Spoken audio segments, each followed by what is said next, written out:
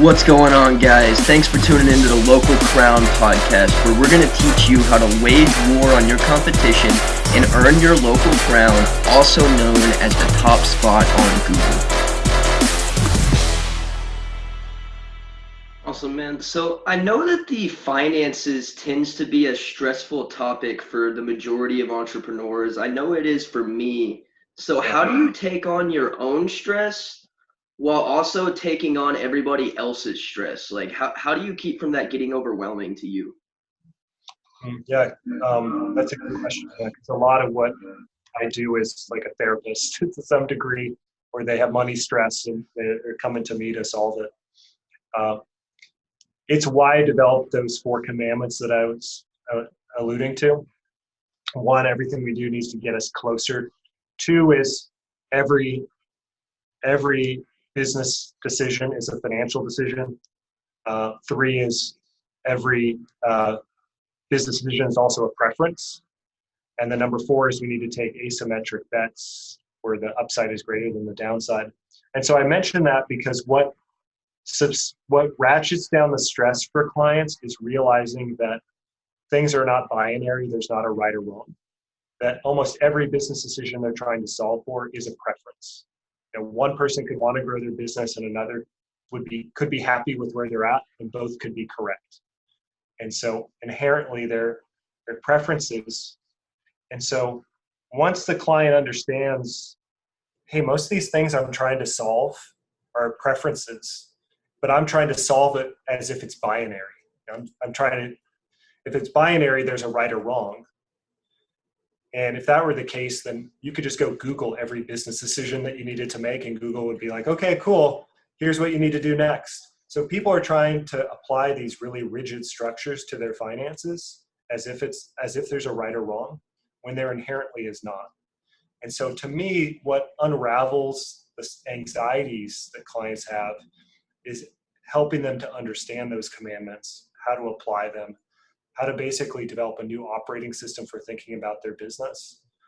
Because the tools that I learned about in business school are built for Fortune 500 companies. They don't work for small business. They really don't, for a lot of reasons, but because they're built around maximizing having the most. And you can't do that in your business. You don't have a whole finance team. It's you, and maybe you have some outsourced accountant. But as soon as you realize that the tools that you're trying to apply are binary or they're built for a big corporation, once you realize that, then you can start to rig the game to actually work in your favor. So hopefully that answers your question without too much rambling. Awesome. So let's talk a little bit about rigging the game. I believe you actually have a book coming under the same title. Like, how do you go about rigging the game? Yeah, good question. So I love the concept of rigging the game. Sometimes people online get offended by it because they think it implies like cheating. Like, oh, you're trying to cheat. And I am trying to cheat. Because your business, back to preferences, is you get to decide what your business does. Like, you get to define the business rules. You get to define your style in business. So you're actually, I call it the commissioner frame, but you are the commissioner of your business.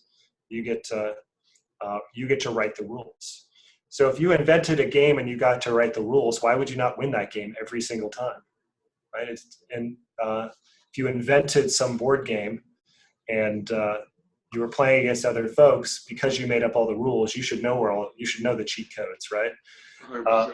Most folks are not running their business with that type of mindset. They're letting other people set the rules. They're not playing their game.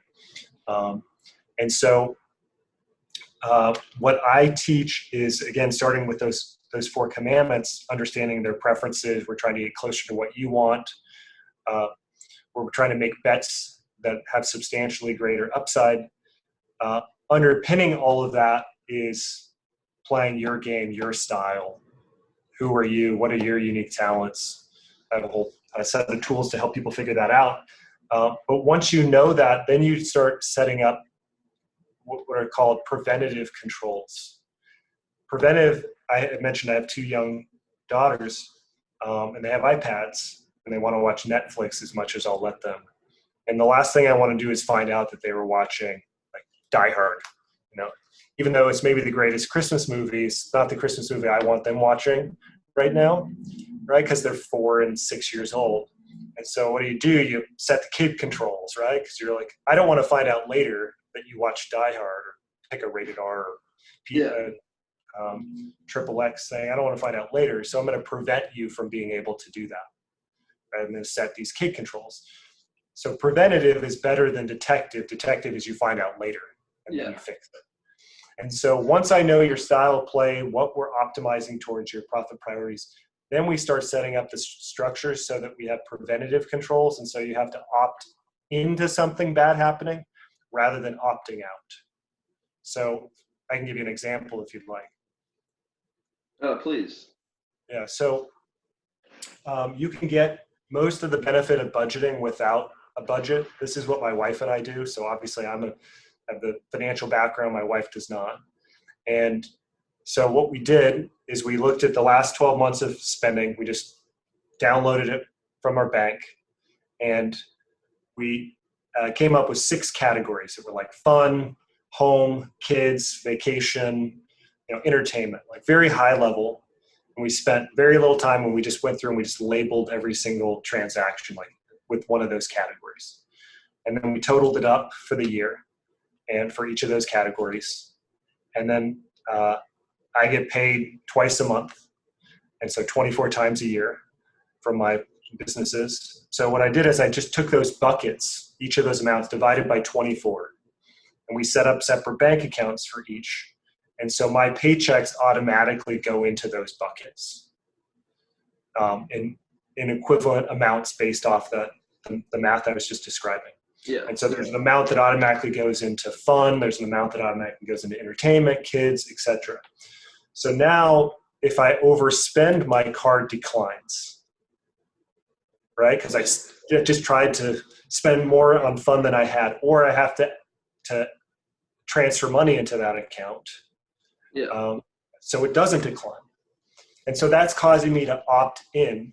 It's preventing something bad from happening, me overspending, and it's forcing me to opt in. I have to actively move the money to be able to overspend, right? And so that's preventative control. That's much more beneficial than budgeting, because budgeting, you have to track it and you look later and you're like, oh crap, I overspent. Because you have it all in one account. Nothing prevented you from overspending on eating out because it's all in one account. And so the idea is not that you can't spend more.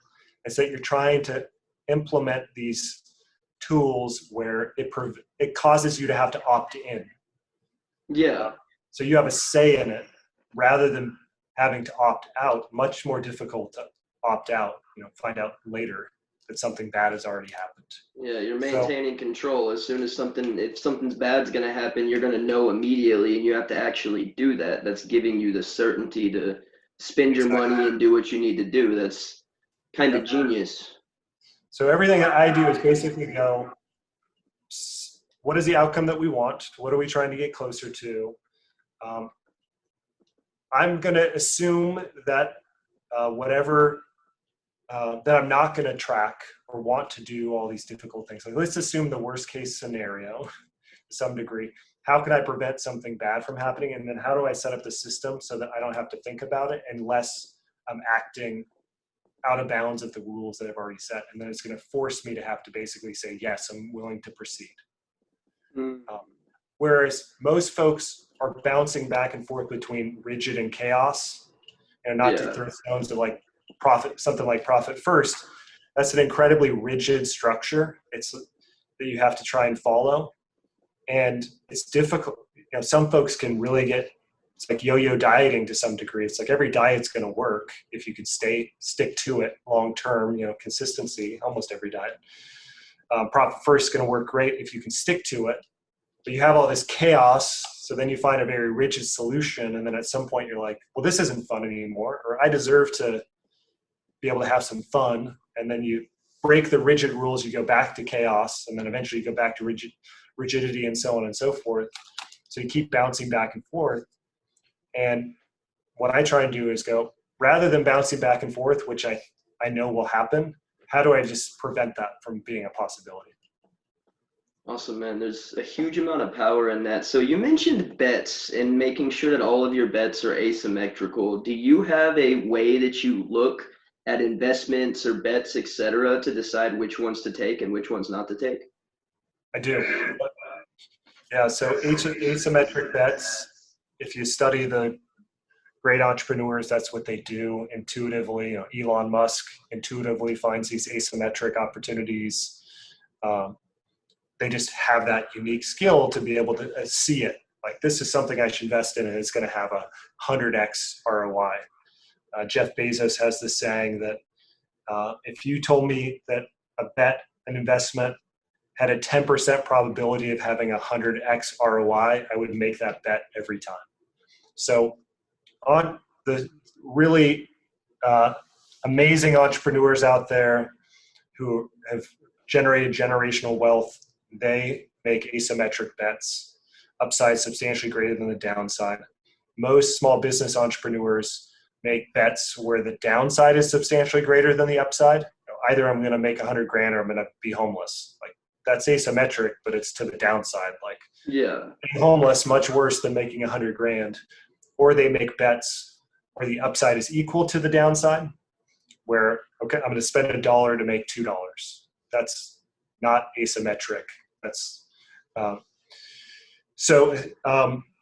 developed a method. It's one of my 12 principles, and it's called the 4 lenses. And so the way it works is, what we're trying to answer as an entrepreneur is a thing worth doing, which we filter through our preferences. I've got an idea. Is it worth doing? Well, I don't know. What are we trying to get closer to? Will this get me closer or further away? So is a thing worth doing? We filter it through preferences. Then we go, okay, it's worth doing. Is it worth doing now? Is it the highest leverage thing for me to do right now?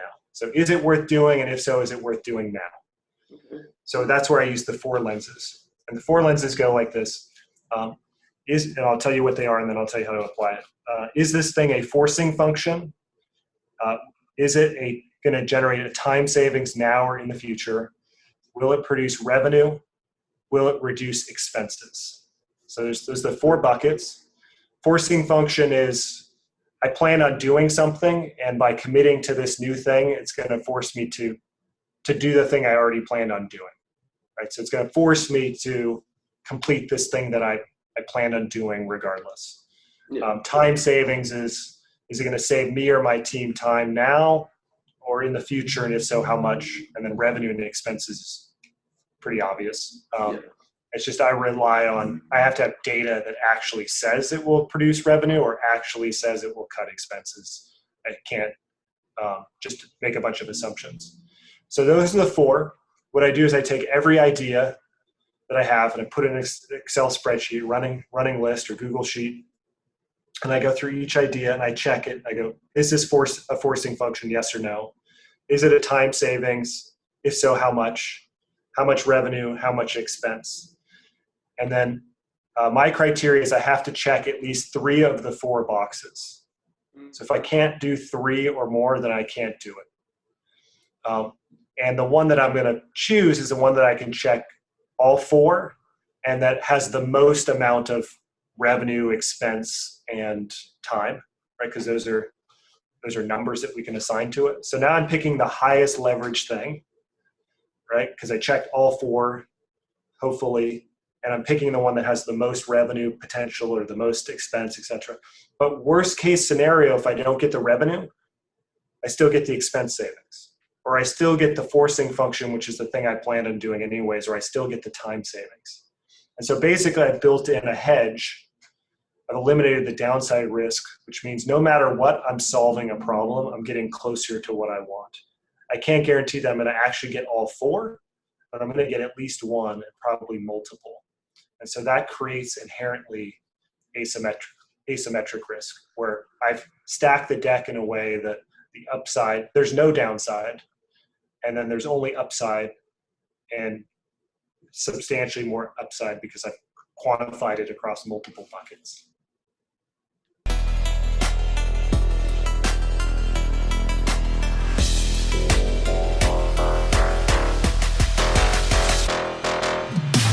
Thanks so much for tuning in. I hope you learned something. If you have questions, email us at info@thelocalcrown.com. And if you want to get featured in our publication, Inside the Empire, alongside John Lee Dumas, the entrepreneur on fire, Jayson Waller, the CEO of Power Home Solar, Sharon Lechter, Dan Caldwell, the man that started Tap Out, and the limitless man himself, Jim Kwik, for free, then head over to thelocalcrown.com/become a contributor.